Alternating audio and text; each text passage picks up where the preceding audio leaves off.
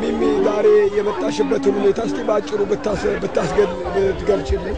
ዛሬ የመጣሁበት ሁኔታ ባጭሩ ብገልጽልኝ የመለስ ሁኔታ እዚህ መሰብሰቡ አሳፍሮኝ፣ ምክንያቱም ሌጋሲ በሌብነቱ የሀገሬን ሕዝብ በመግደሉ ሳያፍር መጥቶ በመሰብሰቡ በጣም አሳፍሮኛል። በጣም ጥሩ ነው ሚሚ እና እሱን አገንስ ለማድረግ ነው ዛሬ የመጣሁት። ለወጣት ወንድሞቻችን ለእህቶቻችን እንደውም ለህዝቦች ለኢትዮጵያ ህዝብና በውጭ ላለው እስቲ የምታስተላልፊው መልእክት ቢኖርሽ ምን እስቲ ብታስተላልፊ? ለኢትዮጵያ ህዝብ ምላቸው ምንድነው? አይዟችሁ እኛ አለናችሁ፣ ሁሌ ተስፋችሁ ያለን። ግን በውጭ ሀገር ለምንኖረው ሰዎች ማስተላልፈው ጉዳይ ቢኖር እባካችሁ ዛሬ እዚህ በቤታችሁ ተቀምጣችሁ እኔ ካልተነካ ምን ቸገረኝ አትበሉ። ኤንድ ኦፍ ዘ ዴይ ሀገራችን እየተሰቃየ ነው። ኤንድ ኦፍ ዘ ዴይ ወንድሞቻችን እህቶቻችን እያለቀሱ ነው። የሚበሉት አጥተው እየተሰቃዩ ነው እና እኛ ጋር ረዳናቸው ማንም የሚረዳቸው የለም። እኛ ጋር ረዳናቸው፣ እኛ ካልጮህንላቸው ማንም የሚሰማቸው የለምና እባካችሁ በውጭ ሀገር የምትኖሩ ሰዎች ነፃነት አላችሁ። ሀገር ቤት እንኳን ያሉት ሰዎች ነፃነት የላቸውም። ሰላማዊ ሰልፍ ቢወጡ ይታሰራሉ፣ ይመታሉ፣ ይገረፋሉ። ግን እዚህ ሀገር የምንኖረው ወይም በተለያየ ሀገር የምንኖረው ነፃነት አትሊስት አለን። ነፃነቱን ተጠቅመን ድምፃችንን እንድናሰማ ኦፍኮርስ እኛ ሁላችንም አንድ ላይ ከሆነ we can do something። ምንድነው እሱ አይደለም እንዴ? እሱ ለምንድን ነው የማይወርደው? ግን እኛ ግን አንድ ላይ መሆን ያስፈልገናል። አንድ ላይ እንሰብሰብ እባካችሁ፣ አንድ ላይ እንሁን ለሀገራችን ስንል እባካችሁ። ጥሩ ነው ሚሚዬ።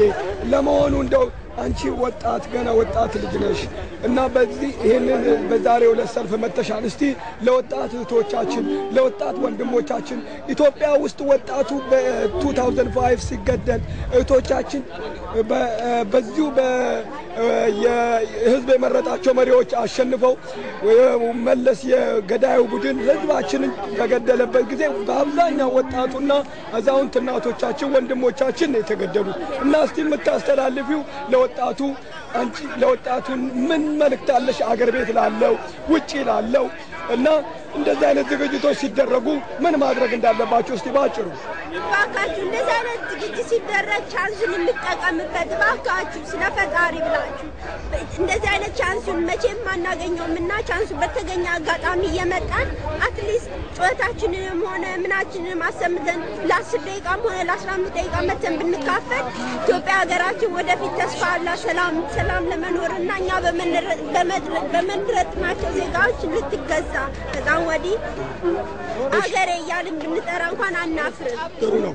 እንግዲህ እንደምታውቂው አርቲስት ቴዲ አፍሮ የኢትዮጵያን ህዝብ የኢትዮጵያን ስም ስላነሳ ወይዘሪት ብርቱካን ሚደቅሳ ለህዝብ ለእውነት ስለቆመች ሌሎችም በብዙ በሺ የሚቆጠሩ ኢትዮጵያኖች በስር ላይ እየተንገላቱ እየታሰሩ ግማሹ እየተሰደደ ነው። ለእነኚህ ሰዎች እስቲ ምን መልእክት ታስተላልፊያለሽ? አይዟችሁ፣ እኛ ሁሌም ካጠገባችሁ ነን። አይዟችሁ፣ አንድ ቀን ድልን እንነሳለንና አንድ ላይ ግን እንተባበር። እኔ ካልተነካው ምንም አልሆንኩም እያላችሁ ቁጭ አትበሉላችሁ።